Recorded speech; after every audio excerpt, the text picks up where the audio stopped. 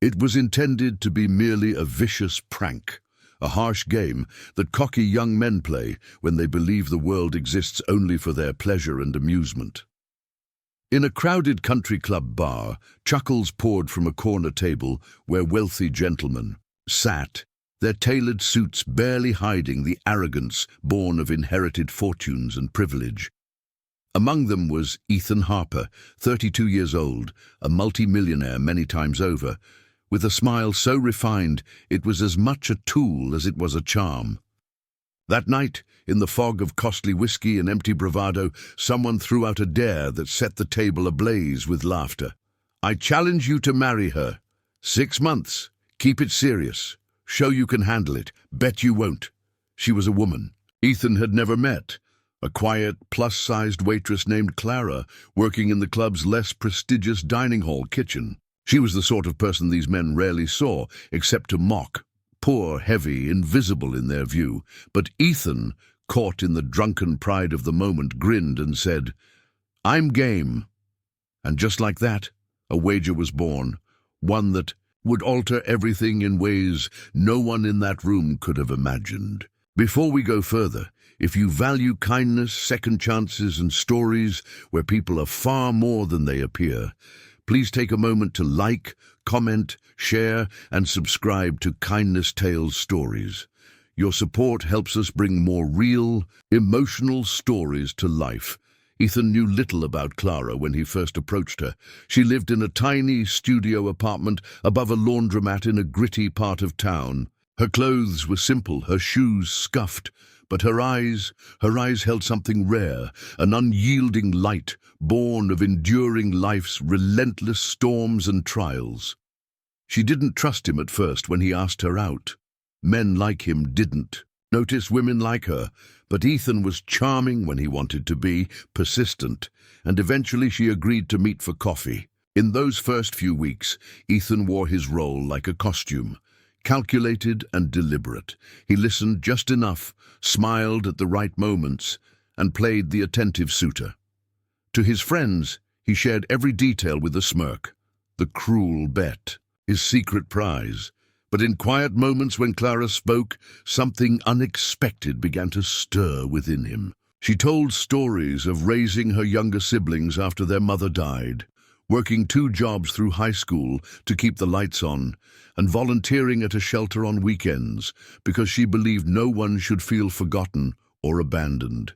There was no bitterness in her voice, only resilience and strength. Ethan brushed off the strange pull he felt, telling himself it was just fascination, a novelty he'd soon grow bored of. But then came the night it all began to change. It was a rainy Thursday when Ethan offered to drive Clara home after her shift. Her apartment building had lost power. In the dim hallway light, he noticed a hand-drawn calendar taped to the wall, filled with notes for neighbors, reminders for food pantry pickups, birthday wishes written in colorful marker. It wasn't for her. It was for everyone in the building. Clara had made it herself, so the elderly residents wouldn't forget important days. No one had asked her to. No one paid her. She just cared.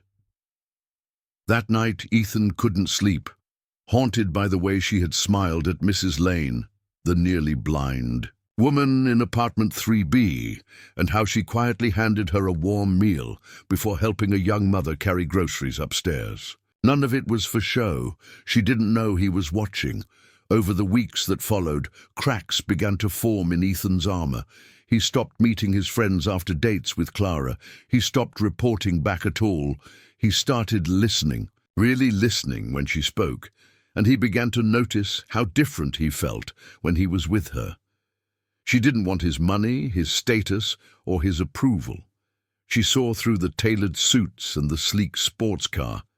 She looked at him like he was just Ethan, but the bet still loomed over him like a storm cloud.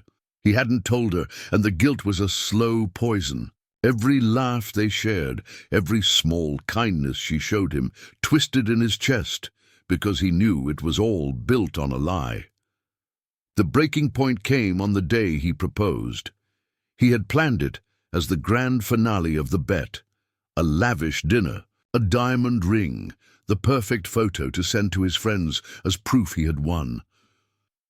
But when he saw Clara walk into the candlelit room, wearing a simple blue dress and a shy smile, something inside him shattered. This wasn't a game anymore. He loved her, and it terrified him deeply. They married in a small church, surrounded by the few family members and neighbors who adored Clara.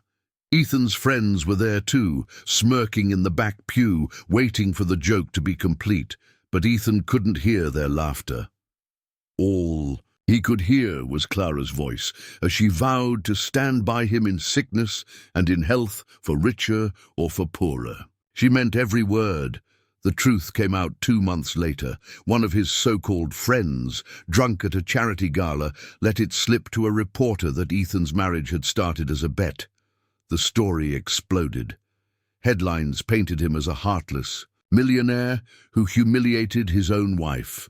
Paparazzi camped outside their home. Strangers hurled insults online, and Clara didn't scream.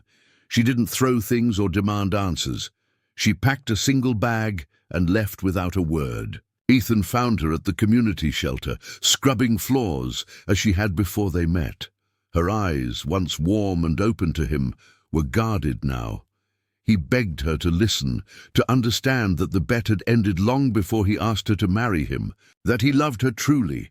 But Clara only said, "Love built on lies isn't love at all." For weeks, Ethan tried everything. He donated to the shelter. He spent his days volunteering. He even moved out of their penthouse and into her old neighborhood, helping her friends with repairs and errands.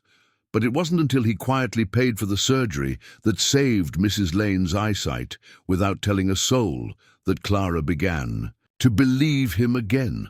It wasn't a grand gesture or a public apology that won her back. It was the quiet, consistent kindness that mirrored her own. Slowly, she let him back into her life and, over time, into her heart. Years later, when they renewed their vows in that same little church, Ethan looked at her with tears in his eyes and whispered, "The bet was the worst decision of my life, but loving you was the best." And in that moment, everyone in the room knew they had beaten the odds. If this story touched your heart, please like, share, comment, and subscribe to Kindness Tales Stories. Your engagement helps us keep telling powerful emotional stories that remind the world of the power of compassion and redemption.